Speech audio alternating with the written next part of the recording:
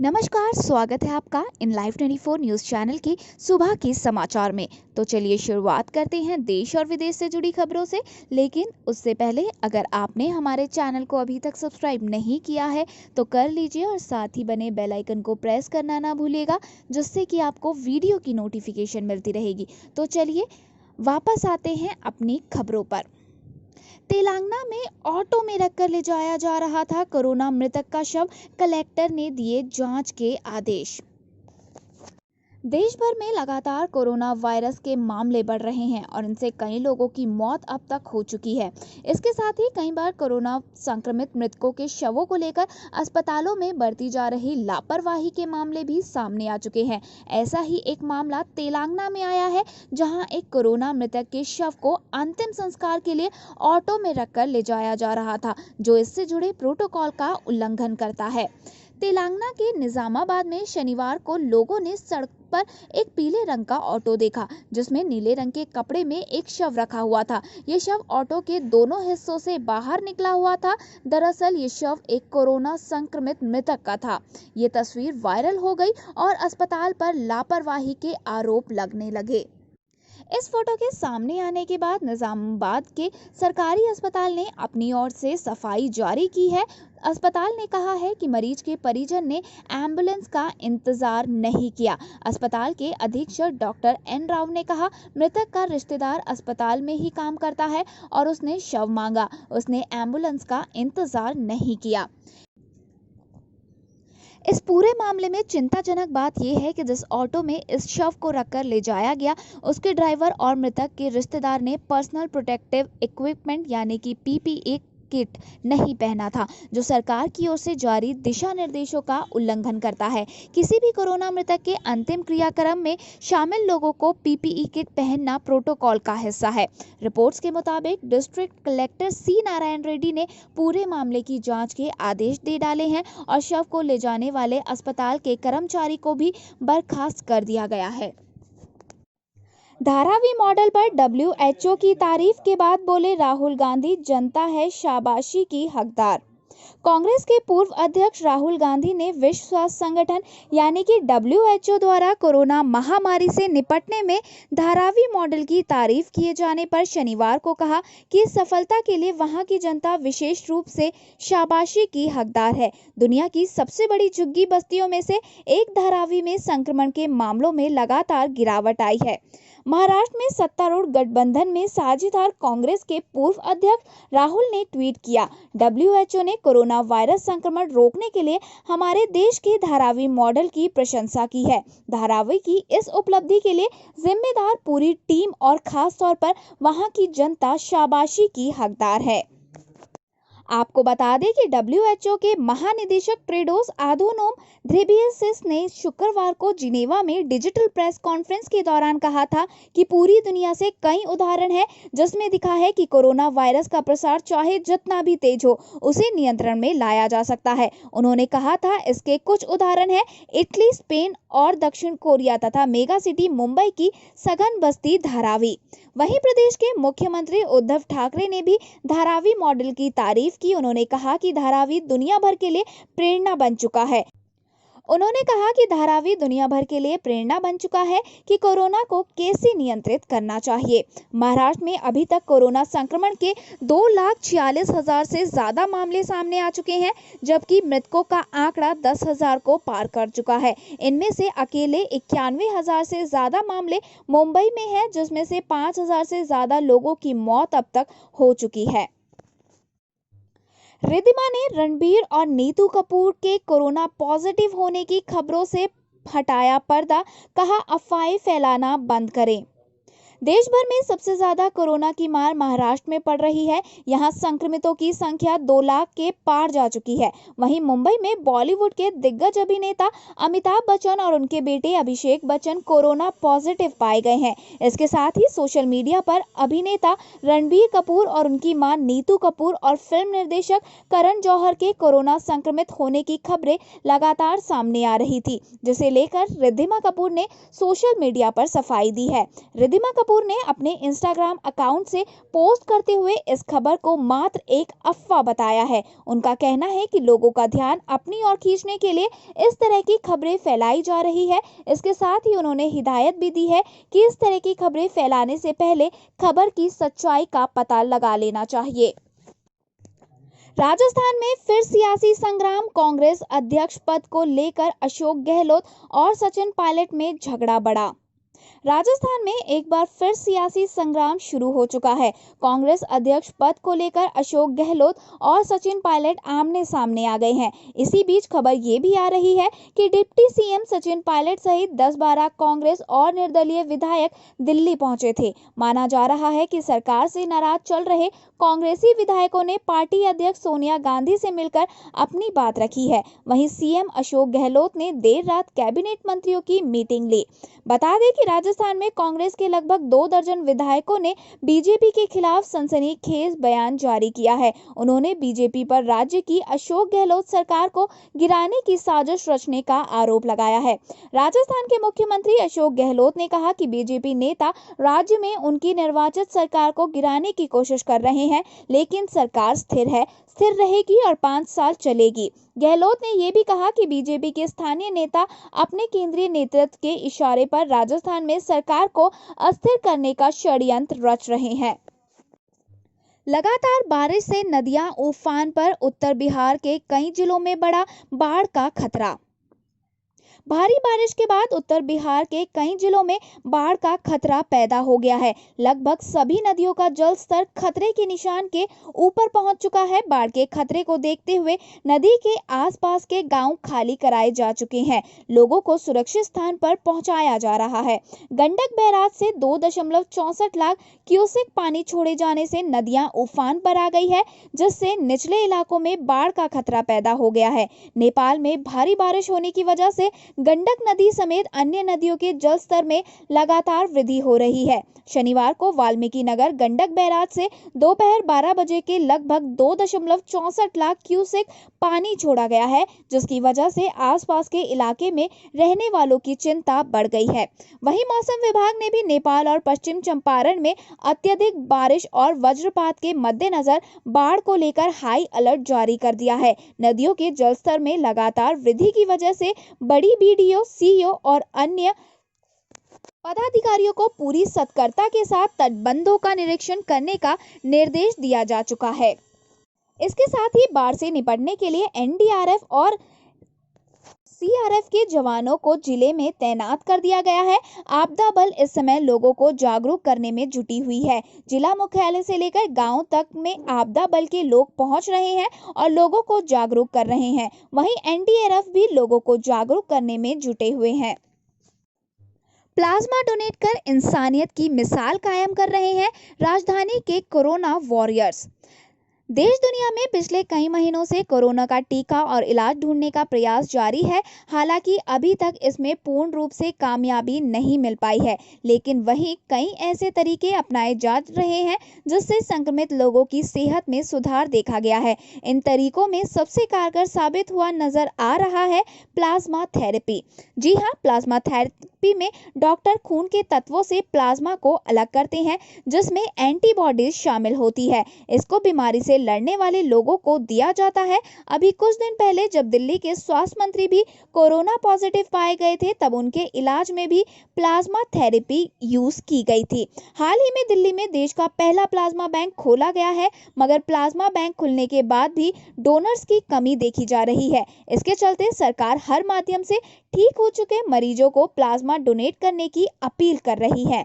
कई warriors frontline पर खड़े होकर संक्रमित मरीजों की सेहत में सुधार लाने के प्रयास में लगे हुए हैं। डॉक्टर, नर्सेस और पैरामेडिकल स्टाफ जान जोखिम में डालकर पूरी ईमानदारी से चिकित्सा कार्यों में जुटे हुए हैं। अब खबर ऐसी भी आने लगी है कि कई फ्रंटलाइन वॉरियर्स ठीक होने के बाद प्लाज्मा भी डोनेट कर रहे हैं। ज्यादा गंभीर विपदा के समय उनका ये कदम इंसानियत में विश्वास को और कड़ा कर रहा है। दिल्ली के लेडी हार्डिंग अस्पताल के 2 डॉक्टर्स ने हाल ही में अपना प्लाज्मा डोनेट किया था। सांसद आदर्श ग्राम योजना के तहत अमित शाह ने गोद लिए 5 गांव। पीएम मोदी ने 2014 में की थी इस योजना की शुरुआत। केंद्रीय गृह मंत्री अमित शाह ने शनिवार को सांसद आदर्श ग्राम योजना के तहत अपने गांधीनगर लोकसभा क्षेत्र में 5 गांवों को चुनने की घोषणा की है। शाह के गांधीनगर लोकसभा कार्यालय से जारी बयान में बताया गया है कि इस योजना के लिए अहमदाबाद जिले के सांसद तालुका के मानकोल और मादोसार, गांधीनगर जिले के कालोल तालुका के बिल्लेश्वरपुरा और रामनगर और गांधीनगर तालुका के रूपाल को चुना गया है। बयान के अनुसार इन गांवों का ऐतिहासिक और स्थानीय महत्व है और सांसद वहां बुनियादी ढांचे एवं समग्र विकास के लिए काम करेंगे। प्रधानमंत्री नरेंद्र मोदी के पहले कार्यकाल में सांसद आदर्श ग्राम योजना को बड़े ही जोर शोर के साथ लॉन्च किया गया था। योजना की घोषणा पीएम मोदी ने 2014 में 15 अगस्त के अवसर पर लाल किले की प्राचीर से अपने भाषण में की थी। यह योजना प्रधानमंत्री नरेंद्र मोदी ने 11 अक्टूबर 2014 को लोकनायक जयप्रकाश नारायण की जयंती पर घोषित की थी। पीएम के द्वारा शुरू गई इस योजना का मकसद गांव के काया पलट का था, जिससे गांव में तमाम सुविधाएं उपलब्ध हो सके। केरल गोल्ड स्कैंडल में एनआईए ने करी जांच, मुख्य संदिग्ध स्वप्ना सुरेश को परिवार के साथ लिया गया कस्टडी में। केरल गोल्ड स्कैम मामले में नेशनल इन्वेस्टिगेशन एजेंसी ने मुख्य संदिग्ध स्वप्ना सुरेश और उसके परिवार वालों को कस्टडी में ले लिया है। आज स्वप्ना सुरेश को एनआईए के कोची दफ्तर में पेश किया जाएगा। एक अन्य आरोपी संदीप नायर को भी एनआईए ने गिरफ्तार किया है। स्वप्ना सुरेश उन 4 आरोपियों में से एक है जिनके खिलाफ 30 किलो सोने की तस्करी मामले में राष्ट्रीय जांच एजेंसी ने मामला दर्ज किया है। आपको बता दें कि 5 जुलाई को तिरुवनंतपुरम अंतर्राष्ट्रीय हवाई अड्डे पर कस्टम विभाग के अधिकारियों ने 30 किलो सोना पकड़ा था। इस मामले को लेकर राज्य की सियासत भी गरमाई हुई है। कांग्रेस ने तो गुरुवार को भी राज्यव्यापी प्रदर्शन कर मुख्यमंत्री पिनराई विजयन से इस्तीफा मांगा। इससे पहले बुधवार को मुख्यमंत्री पिनराई विजयन ने मामले में प्रधानमंत्री नरेंद्र मोदी को पत्र लिखकर उनसे एक प्रभावी जांच के लिए हस्तक्षेप करने का अनुरोध किया था। बेंगलुरु में 14 से 22 जुलाई तक रहेगा लॉकडाउन, सिर्फ जरूरी सेवाओं को ही मिल सकेगी छूट। कोरोना वायरस के बढ़ते मामलों को देखते हुए कर्नाटक की बीएस येदियुरप्पा सरकार ने बेंगलोर में लॉकडाउन का ऐलान कर दिया है। ये संपूर्ण लॉकडाउन बेंगलोर के शहरी और ग्रामीण इलाकों में 14 जुलाई की रात 8 बजे से 22 जुलाई की सुबह 5 बजे तक के लिए रहेगा। इस दौरान जरूरी सामानों की सेवाएं जारी रहेगी। लॉकडाउन के दौरान इन्हें छूट दी जाएगी। केंद्रीय स्वास्थ्य मंत्रालय के आंकड़ों के मुताबिक कर्नाटक में कोरोना वायरस के 19,039 एक्टिव केस हैं। राज्य में अब तक कोविड-19 के कुल 33,418 पॉजिटिव मामले सामने आए हैं। इसमें से 543 लोगों की मौत अब तक हो चुकी है। वहीं 13,836 मरीज इलाज के बाद रिकवर भी हो चुके हैं। कोरोना के हालात से निपटने के लिए पीएम मोदी ने की केंद्र और दिल्ली सरकार की तारीफ। प्रधानमंत्री नरेंद्र मोदी ने दिल्ली में कोरोना वायरस के हालात से निपटने में केंद्र, राज्य और स्थानीय अधिकारियों के प्रयासों की सराहना करते हुए निर्देश दिया कि पूरे राष्ट्रीय राजधानी क्षेत्र में महामारी को काबू में करने के लिए इसी तरह के तरीके अपनाए जाए।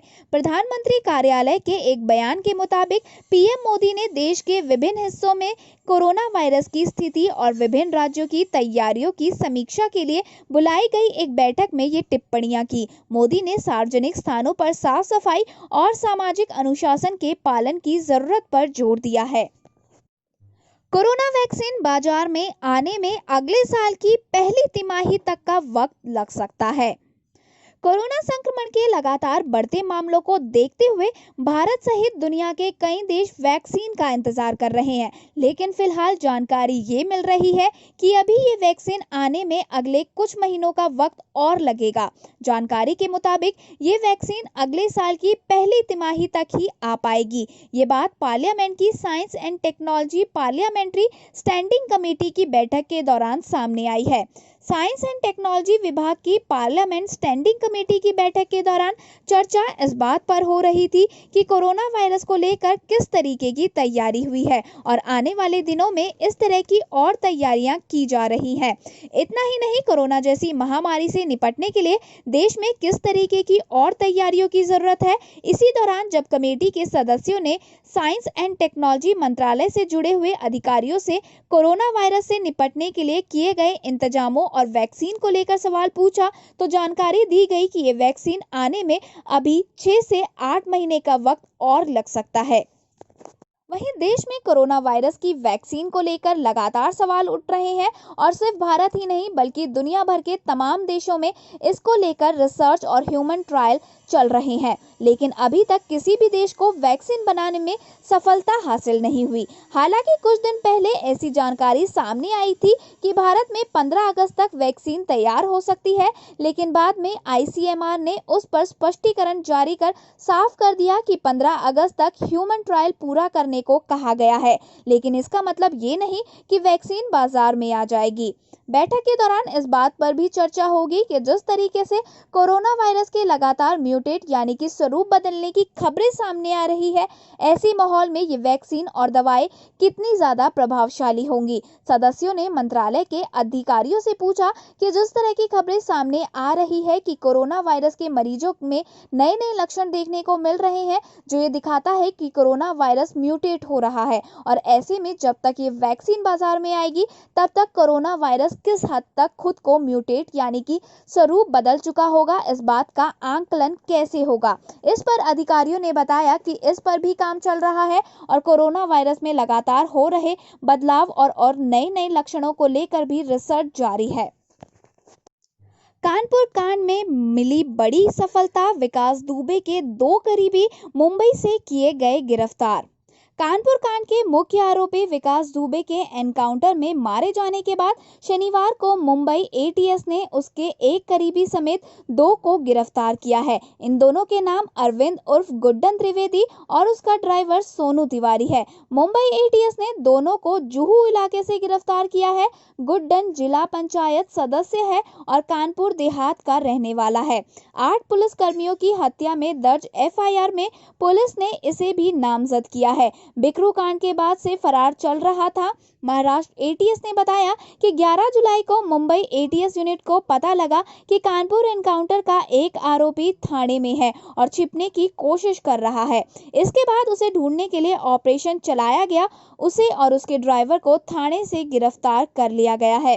कानपुर के बिकरू गांव में हुए एनकाउंटर के बाद से ही पुलिस का मुख्य आरोपी विकास दुबे की तलाश थी। उस पर पुलिस ने 5 लाख रुपए का इनाम भी रखा हुआ था। इसके बाद उसे 9 जुलाई को मध्य प्रदेश के उज्जैन से पुलिस ने पकड़ लिया था। इसी दौरान विकास दुबे को कानपुर लाते समय UP STF की गाड़ी पलट गई, जिसके बाद दुबे ने पिस्टल छीनकर फायरिंग शुरू कर दी।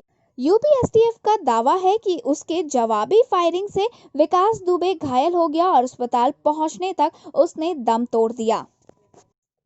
जम्मू कश्मीर में बारामूला के सोपोर में आतंकियों के साथ मुठभेड़, सुरक्षा बलों ने इलाके को घेरा। जम्मू कश्मीर के बारामूला इलाके के सोपोर में सुरक्षा बलों और आतंकवादियों के बीच आज सुबह से मुठभेड़ चल रही है। एक पुलिस अधिकारी ने बताया कि आतंकियों की मौजूदगी को लेकर इनपुट मिलने के बाद सुरक्षा बलों ने सोपोर के रेबेन में आधी रात को तलाशी अभियान चलाया। तड़के करीब 4 बजे छिपे हुए आतंकियों ने सुरक्षा कर्मियों पर गोलाबारी शुरू कर दी। इसके बाद एनकाउंटर की शुरुआत हुई। दोनों तरफ से गोलाबारी चलने लगी। अभी तक किसी आतंकी के मारे जाने की कोई सूचना नहीं मिली है। हार्दिक पटेल को गुजरात कांग्रेस का कार्यकारी अध्यक्ष नियुक्त किया गया। कांग्रेस अध्यक्ष सोनिया गांधी ने गुजरात कांग्रेस कमेटी के वर्किंग प्रेसिडेंट के तौर पर हार्दिक पटेल के नाम के प्रस्ताव पर शनिवार को मोहर लगा दी।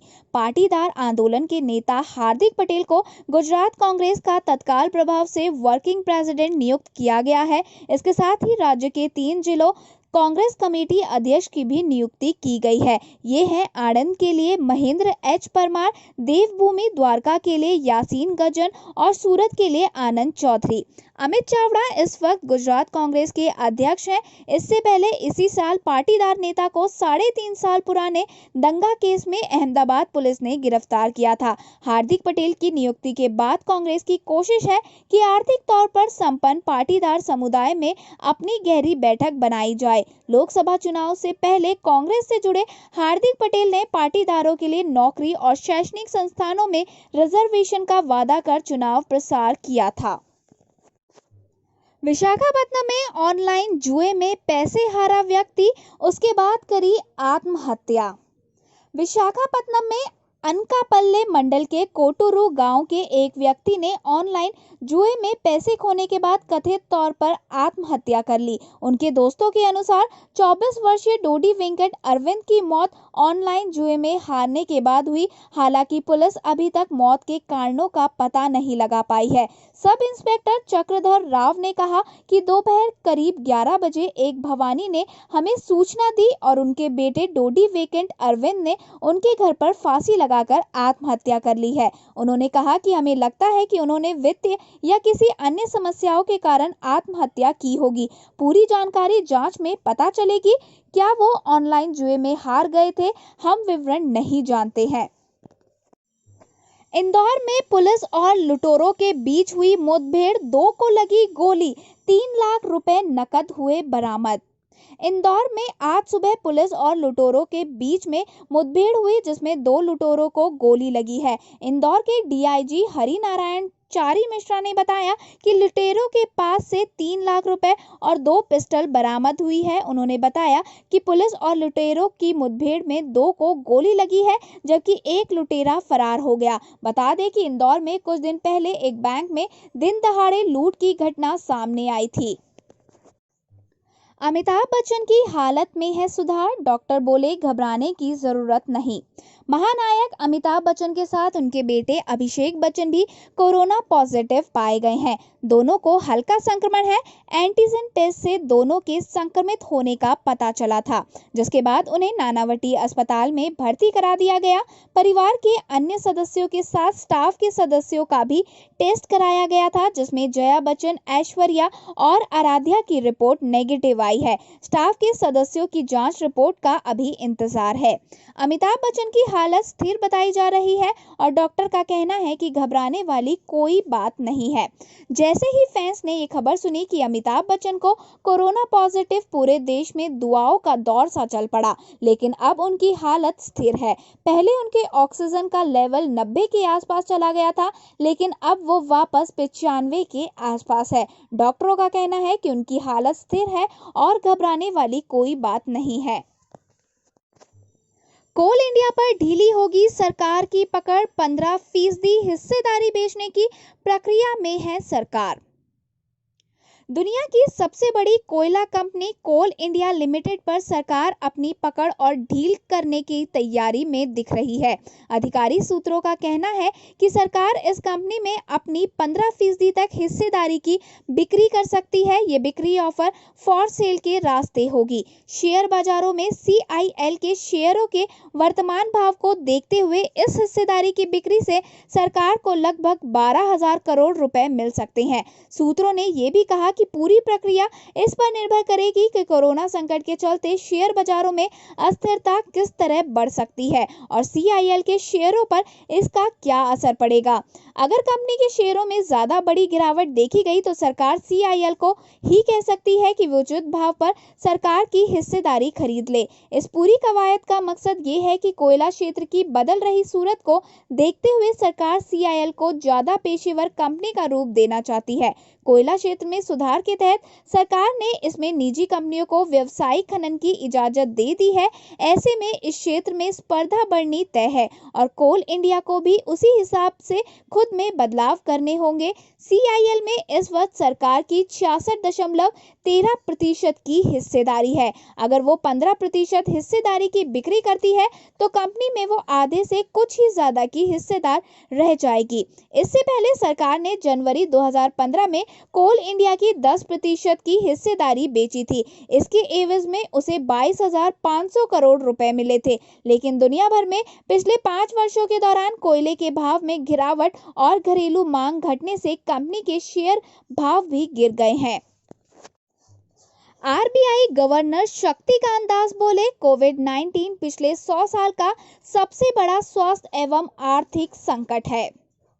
भारतीय रिजर्व बैंक के गवर्नर शक्तिकांत दास ने शनिवार को कहा कि कोविड-19 पिछले 100 साल का सबसे बड़ा स्वास्थ्य एवं आर्थिक संकट है। उन्होंने 7th SBI banking and economic conclave को संबोधित करते हुए ये बात कही। वीडियो कॉन्फ्रेंसिंग के जरिए आयोजित 2 दिवसीय कॉन्क्लेव को SBI के चेयरमैन रजनीश कुमार एवं अन्य लोग संबोधित किया है।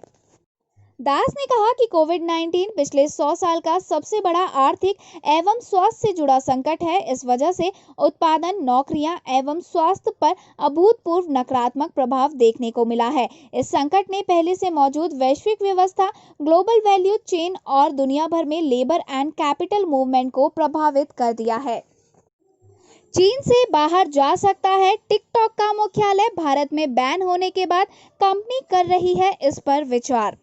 भारत में पाबंदी के बाद बाइट डांस की स्वामित्व वाली कंपनी टिकटॉक अपना मुख्यालय चीन से बाहर ले जाने पर विचार कर रही है। आपको बता दें कि भारत में टिकटॉक बैन होने की वजह से कंपनी को भारी नुकसान उठाना पड़ रहा है, जिसके बाद कंपनी कई बदलाव करने का मन बना चुकी है। खबरों के मुताबिक कंपनी के वरिष्ठ अधिकारी इस बात पर विचार कर रहे हैं कि टिकटॉक बोर्ड में नए प्रबंधन को लाया जाए। इसके अलावा चीन से कंपनी के मुख्यालय को कहीं और ले जाया जाए। कंपनी के एक प्रवक्ता ने बताया, हम अपने उपभोक्ताओं की निजता और सुरक्षा को सुनिश्चित बनाने के लिए पूरी तरह से प्रतिबद्ध है। टिकटॉक हमारा ऐसा प्लेटफॉर्म है जो रचनात्मक प्रतिभाओं को उजागर करता है। इससे दुनिया भर के लाखों लोगों को खुशी मिलती है। हम अपने उपभोक्ताओं, सदस्यों, कलाकारों की दिलचस्पी और अधिकार के मद्देनजर कदम उठाएंगे। गौरतलब है कि टिकटॉक पर चीन की सरकार के साथ यूजर के डाटा शेयर करने का आरोप कई मुल्क लगाते रहे हैं, जबकि कंपनी ने ऐसे आरोपों को हमेशा से नकारा है। उसका कहना है कि चीन की सरकार ने उसके यूजर के डाटा शेयर करने के बारे में नहीं कहा है और अगर ऐसा हुआ तो कंपनी इस फैसले को नहीं मानेगी। वहीं भारत में टिकटॉक पर पाबंदी के एक सप्ताह बाद अमेरिकी विदेश मंत्री माइक पोम्पियो ने भी अन्य चीनी ऐप्स को अमेरिका में बैन करने के संकेत दिए थे। पंजाब एंड सिंध बैंक में 112 करोड़ की धोखाधड़ी, सीबीआई से जांच की लगाई गई गुहार। पंजाब एंड सिंध बैंक ने अपने फंसे कर्ज वाले खातों में 112.42 करोड़ की धोखाधड़ी की जानकारी दी है।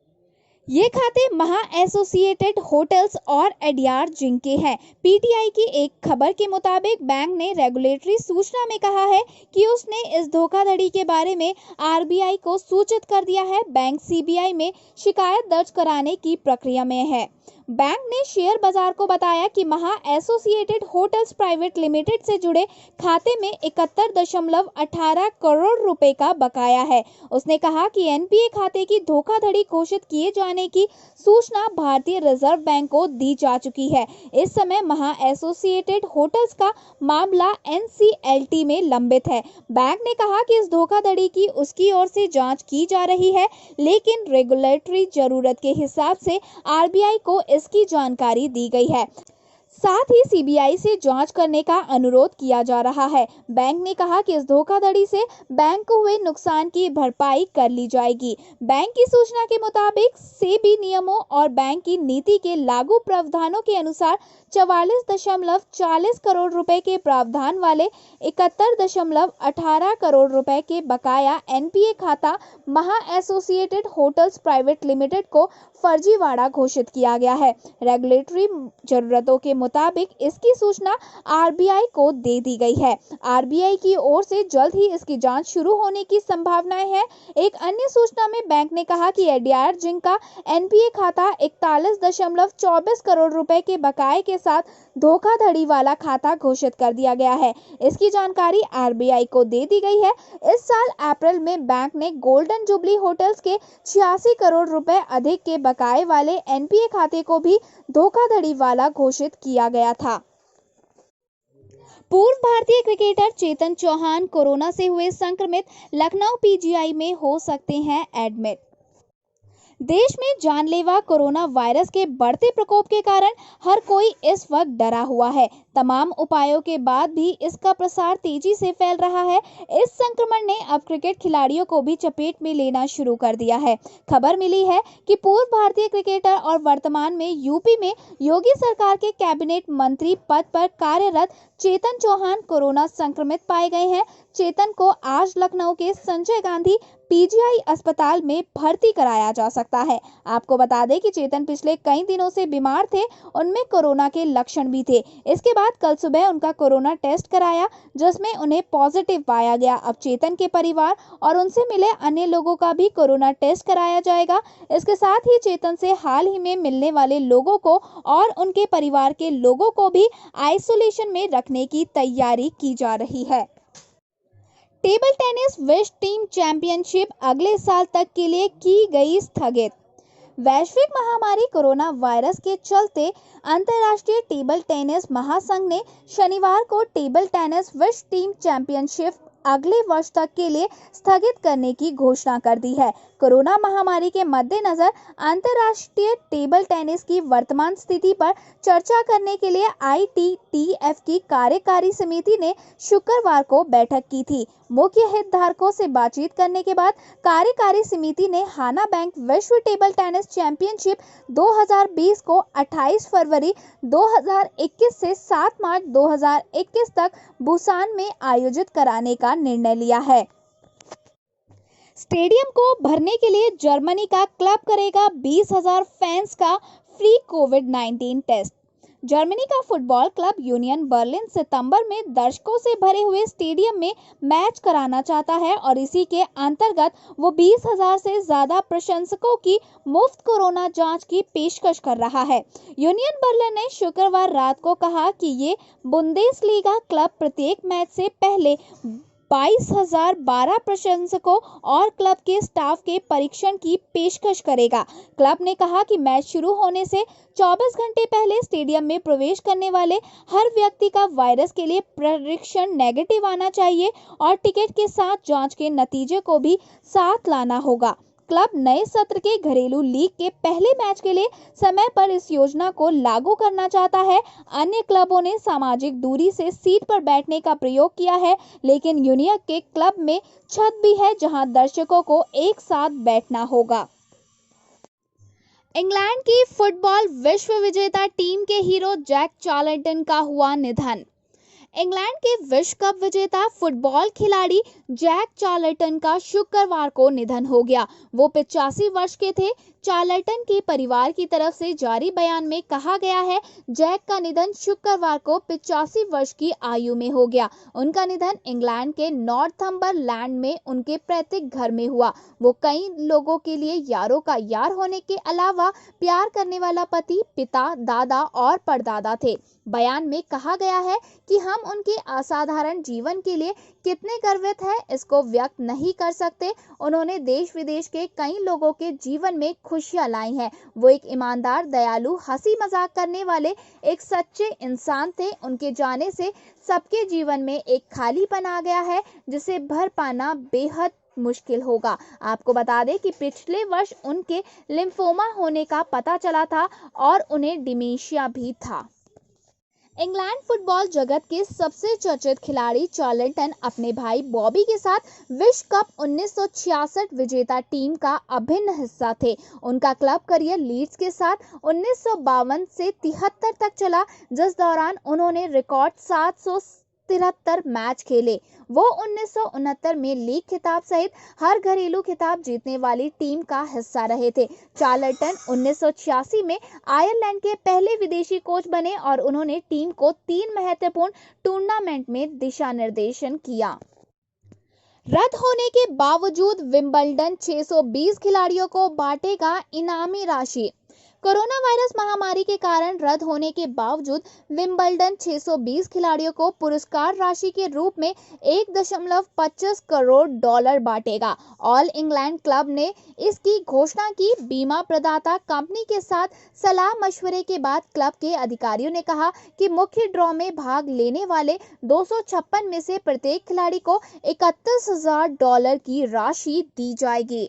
वहीं जो 224 खिलाड़ी क्वालिफाइंग में भाग लेते उन्हें प्रत्येक को $15,600 की राशि मिलेगी। ऑल इंग्लैंड क्लब के मुख्य कार्यकारी रिचर्ड लुइस ने कहा कि चैंपियनशिप के रद्द होने के तुरंत बाद हमने अपना ध्यान इस बात पर लगा दिया कि हम उन लोगों की कैसे मदद कर सकते हैं जो विंबलडन को आयोजित करने में सहायता करते हैं। इसके साथ ही 120 खिलाड़ी युगल स्पर्धाओं में हिस्सा लेते प्रत्येक को $7,800, व्हील चेयर स्पर्धा में भाग लेने वाले 16 खिलाड़ियों को $7,500 और क्वाड व्हील चेयर स्पर्धा में भाग लेने वाले 4 खिलाड़ियों को $6,200 दिए जाएंगे। अमेरिका में कोरोना से 1.34 लाख मौतें। डोनाल्ड ट्रंप ने पहली बार लगाया मास्क।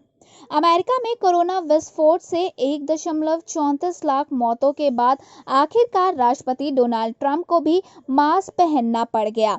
कई महीनों तक फेस मास्क लगाने से इनकार करते रहे ट्रंप आखिरकार शनिवार को पहली बार नाक और मुंह ढके हुए नजर आए। घायल सैनिकों को देखने के लिए वॉल्टर रीड पहुंचे ट्रंप ने काले कलर का मास्क लगाया हुआ था।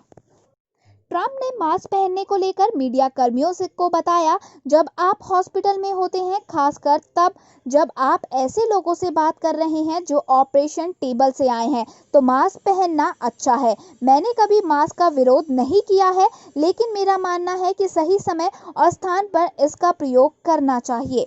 इससे पहले press conference, corona virus task force update, rally और जनसभाओं में ट्रंप कभी मास्क पहने नजर नहीं आए। बौखलाए चीन ने अब थिंक टैंकर्स और शोधकर्ताओं को दी मुकदमे की धमकी। कई रिपोर्ट्स में चीन की सरकार की तरफ से अल्पसंख्यक समुदायों पर टॉर्चर की बात सामने आने के बाद अब बीजिंग ऐसे शोधकर्ताओं और थिंक टैंकर्स के खिलाफ मुकदमा चलाने पर विचार कर रहा है जो इन खुलासों के पीछे हैं।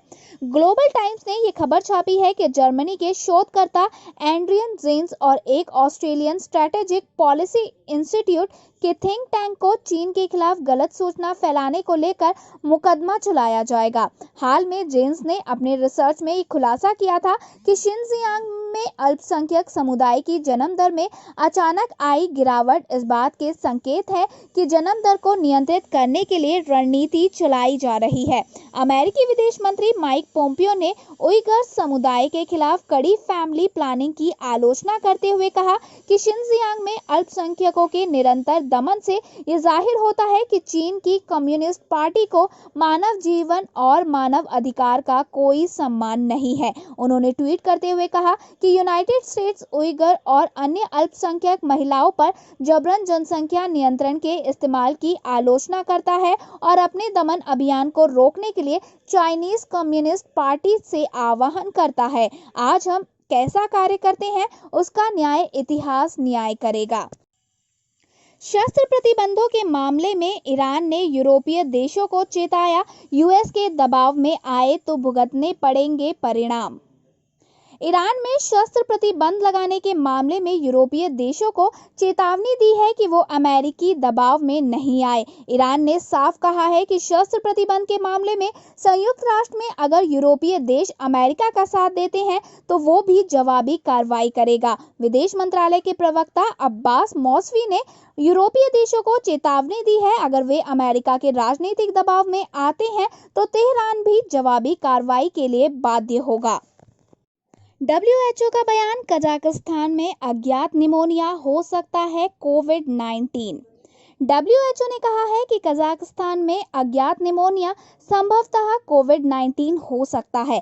संगठन के स्वास्थ्य आपात कार्यक्रम के प्रमुख माइकल रेयान ने कहा कि मध्य एशिया में निमोनिया का प्रकोप हमारे संज्ञान में था और हम स्थानीय स्वास्थ्य अधिकारियों के साथ मिलकर काम कर रहे हैं। उन्होंने बताया कि पिछले 7 दिनों में 10,000 से अधिक मामलों के साथ देश में संक्रमण बड़ी तेजी से बढ़ रहा है। हालांकि अन्य संभावनाओं पर भी विचार हो रहा है। बता दें कि आपको बता दें कि चीनी दूतावास ने मध्य एशियाई देशों में रहने वाले अपने नागरिकों को चेतावनी दी थी कि यहां कोरोना जैसा अज्ञात निमोनिया फैला हुआ है। तूफान फे से दहला अमेरिका, न्यू जर्सी में भूस्खलन और भारी बारिश। अमेरिका के न्यूयॉर्क में भारी बारिश के बीच उष्णकटिबंधीय तूफान फे के आने से न्यू जर्सी में भी दहशत का माहौल बन चुका है। मध्य अटलांटिक देशों और दक्षिणी न्यू इंग्लैंड में एक उष्णकटिबंधीय तूफान से बारिश होने के बाद ये तूफान शनिवार को न्यूयॉर्क की ओर बढ़ गया है। तूफान के कारण न्यू जर्सी के कई इलाकों में भूस्खलन की घटनाएं हो रही है। मियामी में राष्ट्रीय तूफान